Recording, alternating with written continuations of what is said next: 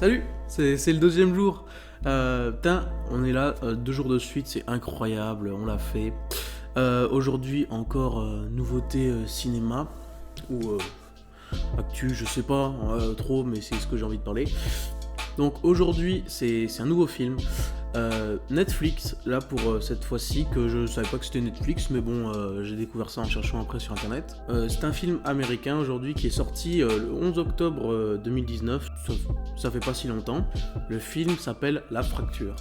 Donc la vidéo d'hier, en fait, j'ai regardé et c'est pas vraiment structuré. Même l'histoire, quand je la raconte, on comprend pas tout, mais bon, c'était la première fois, je savais pas trop comment faire. Mais là, je pense qu'on va diviser la vidéo en 3 étapes. La première, les notes. Deuxième, l'histoire. Et 3, les personnages. Voilà, je pense que en 3 étapes, ça pourrait être pas mal, parce que sinon, on sait pas trop où on en est, et ça serait dommage. Parler du film en lui-même, donc La Fracture, donc c'est un film américain, il dure environ 1h40, il est sorti, comme je l'ai dit avant, octobre 2019, et c'est un thriller. Donc on commence avec les notes.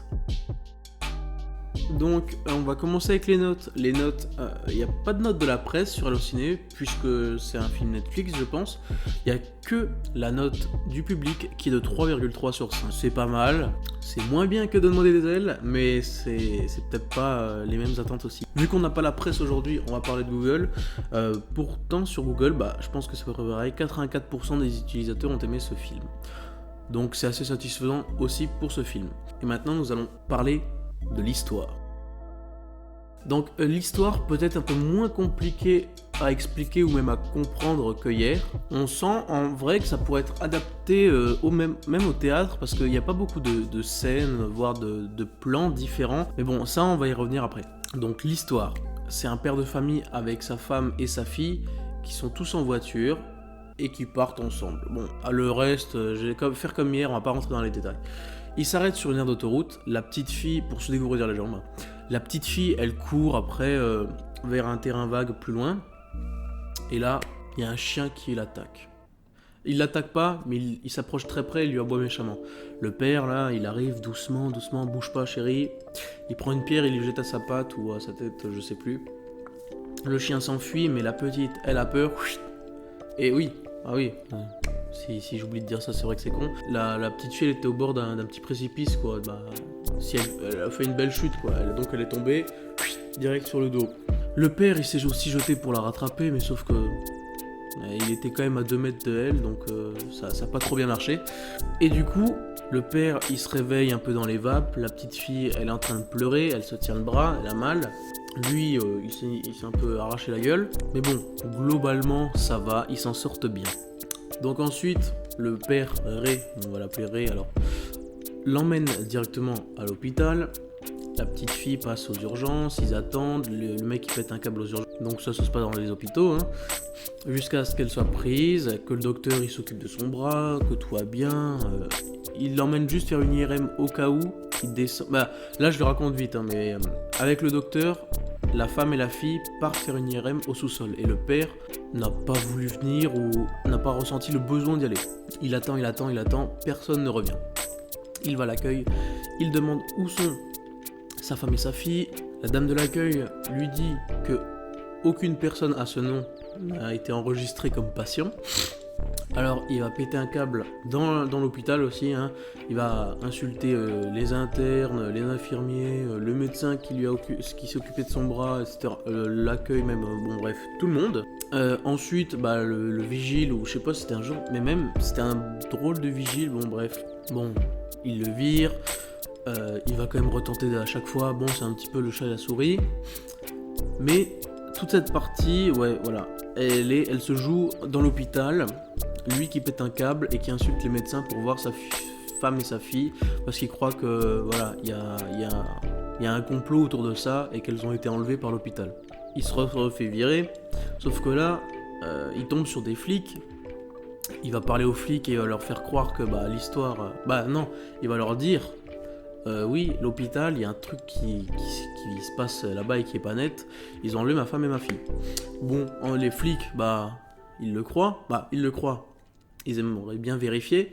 Ils vont à l'hôpital, sauf que dans l'hôpital, ils trouvent rien quoi. Ensuite, les flics cherchent et tout ça, ils commencent à prendre un peu leur Ray pour un taré, jusqu'à ce que Ray, je sais plus comment, vole l'arme de l'agent de sécurité et avec ça descend là où a été fait l'IRM avec sa femme et sa fille. Il arrive en bas, il voit des médecins qui essaient de l'arrêter, mais gentiment. Les médecins lui disent oui, doucement, c'est bon, on se souvient de votre fille, on se souvient de votre femme, mais n'approchez pas s'il vous plaît. Poum, il lui tire dans le genou. En même temps aussi, je vois d'une salle sortir attention organes dans des petites boîtes qui sont vite amenées. Alors ils croient bien sûr que c'est la fille et la femme qui sont en train de se faire prélever les organes. Ils rentrent dans une salle, boum, la petite fille elle est sur la table en train de se faire anesthésier ou quoi. La femme aussi elle est dans les vapes à côté dans une chaise. Donc il pointe tout le monde avec son flingue. Il prend la fille vite pour la sauver et la femme aussi. La femme, oh là là, chérie. Voilà. Il y a un autre médecin, pouf, il lui retire dessus. Là, il repart comme si de rien n'était dans sa voiture. Sur un beau coucher de soleil, la mère et la fille qui pleurent ensemble parce qu'elles sont contentes de revoir le père et le père super heureux. Vous croyez que c'est fini ? Eh ben non, c'est pas fini. En fait, c'est pas du tout ce qui s'est passé. Ah si, c'est ce qui s'est passé dans la tête de Ray. Parce que dans la réalité, en fait, il a kidnappé un jeune qui était sur la table d'opération d'un accident de voiture. Alors en fait, ce qui s'est vraiment passé, c'est que quand la petite fille, elle est tombée, elle s'est brisé le crâne. Le crâne, il s'est ouvert, elle est morte, sur le coup. Voilà. La mère, elle est direct venue pleurer dans les bras de son mari, sauf qu'il l'a poussée violemment. Elle est tombée par terre, sauf que par terre, il y avait un pic de fer. Et boum, la tête embrochée dedans. Donc ça a réglé l'affaire tout de suite. Mais lui, dans sa tête, son cerveau, il a remplacé les faits. Et pour lui, sa femme, sa fille était vivante, elle avait juste un bras cassé. Et à partir du moment où il allait dans l'hôpital, il a fait un focus sur les jeunes qui ont fait un pet en voiture. Et du coup, il a pris le mec qui était sur la table d'opération pour sa fille. Les trucs de récupération d'organes, c'était juste des outils. Sa tête aussi, ça l'a annulé. Il a tiré sur des gens au pif qui n'avaient rien fait au final. Donc sa femme et sa fille sont bien mortes. Elles sont dans le coffre de la voiture. Il les a tuées. Mais pour lui, elles sont juste à côté de lui. Bon, c'est vrai que ça te retourne un peu le cerveau à la fin, mais ça va, franchement, pas mal. Maintenant, nous allons parler des acteurs. Donc, comme acteur, en vrai, il n'y en a que un de connu. C'est Sam Worthington. Beaucoup connu pour Avatar. Avatar 2, on ne sait pas. Mais aussi La colère des titans. Alors, en faisant des recherches là, sur le site d'Allociné, il y a un truc bizarre. En parlant de Sam Worthington, là, on voit c'est les films plus connus où il a tourné dedans. Et on voit Avatar 2, 3, 4, 5. Alors je savais pas. Mais Avatar 2 c'est censé sortir le 15 décembre 2021. Avatar 3 le 20 décembre 2023. Avatar 4 le 17 décembre 2025. Et Avatar 5 le 15 décembre 2027. Après, à voir, parce qu'Avatar 2 on nous l'avait annoncé il y a déjà quelques années. Mais là, putain, je savais pas du tout. Alors peut-être que vous le saviez, mais moi je suis débile. Avatar 5, 15 décembre 2027, on en parlera justement en 2027 de Avatar 5. Alors, si vous voulez d'autres acteurs, on peut en dire, comme Lily Rabe, Stephen Tobolowsky, Adjoa Ando et la fille Lucy Capri. Ce film, bien sûr, il a aussi un réalisateur. Le réalisateur, c'est Brad Anderson. Donc, pour conclure, ce film mérite sa note, franchement. 3,3, c'est vrai que c'est pas mal. Parce qu'il est pas ouf non plus. C'est beaucoup longué, toutes les scènes dans l'hôpital où il cherche, où il pète des plombs. Le début, bien. Bien, tu peux pas faire autrement, quoi. Et la fin, bien aussi. Même à un moment, si tu en doutes qu'il est un peu taré, mais c'est pas grave.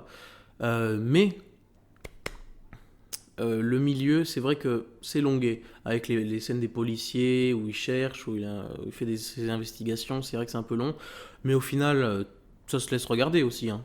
Il est bien, donc si vous voulez le voir, il est sur Netflix, je pense que la plupart ont Netflix, moi j'ai pas... Voilà. Mais en même temps, c'est pas grave. J'espère que aujourd'hui la vidéo elle a été claire, que vous avez à peu près compris l'histoire. Et je vous dis à demain pour un live, hein. Salut, bisous.